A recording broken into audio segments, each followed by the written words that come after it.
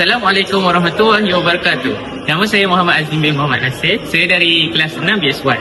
Jadi kat sini saya ingin membuat perkongsian sedikit cita-cita saya. InsyaAllah pada masa akan datang saya bercita-cita ingin menjadi seorang peguam ataupun lawyer. Saya berniat untuk melanjutkan pelajaran di Universiti Melaya ataupun Universiti Kebangsaan Malaysia untuk program undang-undang. Assalamualaikum warahmatullahi wabarakatuh. Nama saya Nur Safina Karamani binti Muhammad Saimi dari kelas 6 PPI. Cita-cita saya ingin menjadi peguam syariah dan saya ingin melanjutkan pengajian saya lepas STPM di USIM, iaitu saya akan ambil kos undang-undang syariah. Assalamualaikum warahmatullahi wabarakatuh. Nama saya Muhammad Adinal bin Amir dari kelas 6 BPI. Cita-cita saya ingin menjadi seorang guru.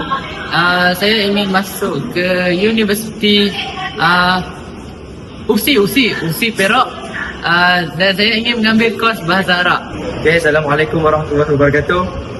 Nama Muhammad Ashraf bin Azlin, dari kelas 6 DSY.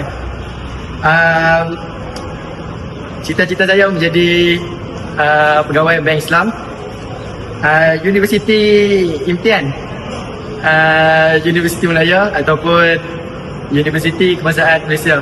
Okay.